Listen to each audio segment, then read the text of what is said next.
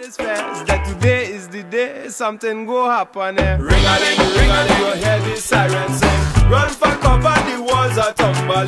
Gong along, shout it round the town. The ground is shaking and the sky is falling down. Ring-a-ling, ring-a-ling, you hear the It's a real pleasure for us to have a member of Kobo Town here for Rhythm Passport. You're going to play at 4 o'clock today here at Womad, but we know that you have already come here in England a lot of time. Usually during the last years is a lot.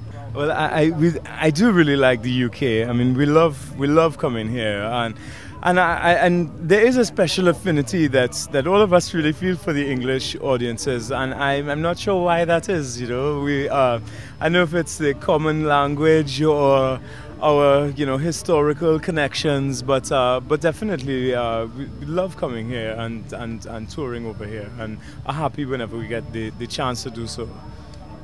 Going back to your roots, you born in Trinidad from also Portuguese origins, then you moved to Canada. Then you study politics because you were really looking forward to discover more about your roots and about all the diaspora, about the Trinidadian people, or there's other motivation?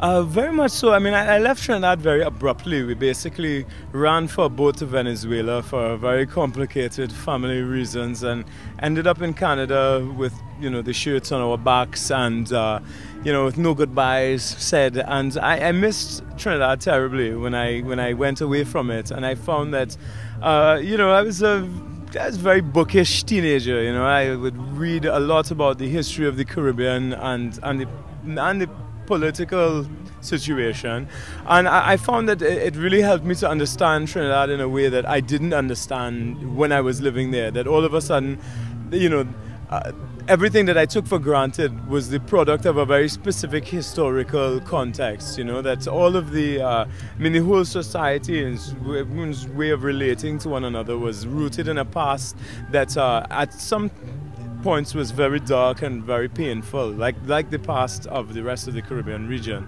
and I think that's what initially drove me to calypso music. Because there's no music that really tells the story of Trinidad like calypso.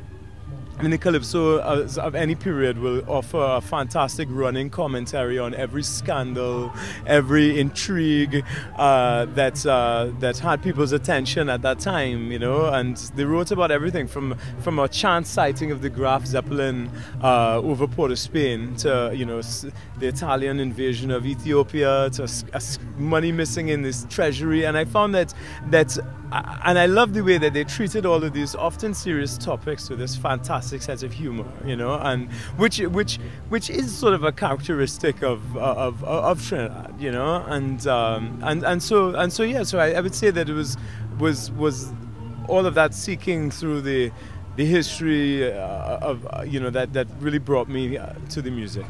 So you consider yourself like a storyteller, more or less? Well, definitely.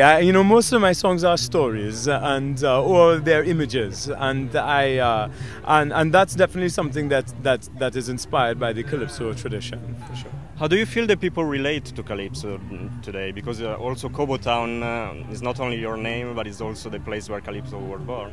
It's interesting, like Kobo Town itself doesn't exist as a community really anymore. It's a historical community. Calypso over the years has maybe, it enjoyed some periods of big international popularity. But often I hear the comment that, oh, calypso is dead, or you guys are reviving calypso, but calypso is quite alive and well, and you can't revive something that is alive and kicking. Maybe revisiting, reinterpreting is more appropriate to what we are doing in Kobo Town, right? But in Trinidad and in every city of the diaspora, especially during the carnival seasons, there are these calypso tents that open up. You can go and hear really witty songs and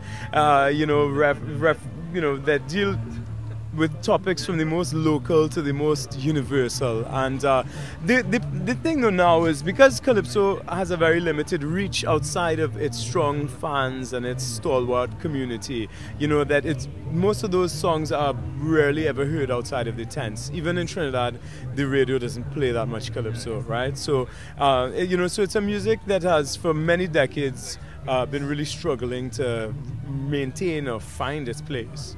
So do you think that in Trinidad they are trying to support more than before the calypso music? Well, I think there's more interest in reviving some of the traditions now than there was years ago. And there's a lot of groups that are taking the tradition as a kind of point of departure. But still calypso is very much a music of the tents, you know, relegated to tents and these competitions that happen every year. Now, I've always thought that these competitions have been, you know, both they've helped preserve the music by giving people a means to live by it, but in a way that because they're so seasonal, they've also limited it. You know, they've also put a box around it, and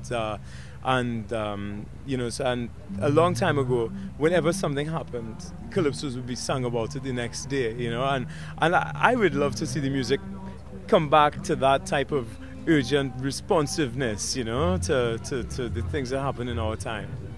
And about Kobo Town, because almost all the members come from different parts of the world. Yes, yes. How do you feel to put together all this influence of these different roots in a single group? Because you play calypso, but you also play different styles. Yes, yeah, they all come. Well, I like that. I mean, they've had many years of exposure to this music, but I do like that they bring attitudes and ways of playing that are formed in other types of music. You know, like our flute and saxophone player Lindsay has this enormous musical imagination because he comes from like a free jazz background, you know, which adds sort of tones and colors to our music that wouldn't be there otherwise, you know. And some of the guys are rockers, and you can definitely hear that in the sort of the driving rhythm inside the group, bits of the reggae sound and the more low down bass heavy sound of the band. So that, yeah, so I think in a way it's been, in many ways, it's been very enriching to play with people that don't just, that, you know, that come from all of these different musical backgrounds.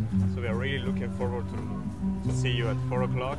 Yeah, me too. It's a special honor, really, because it's the Charlie Gillett stage, and you know, he was such a kind supporter of the group. You know, he played our music of our first record when on his show, and he would write me every couple of months with advice, and which was, you know, it was really lovely of him to reach out to a stranger across the sea with, and it's a kindness we remember very much. So it's you know, especially thrilled to play on a stage that's dedicated to him.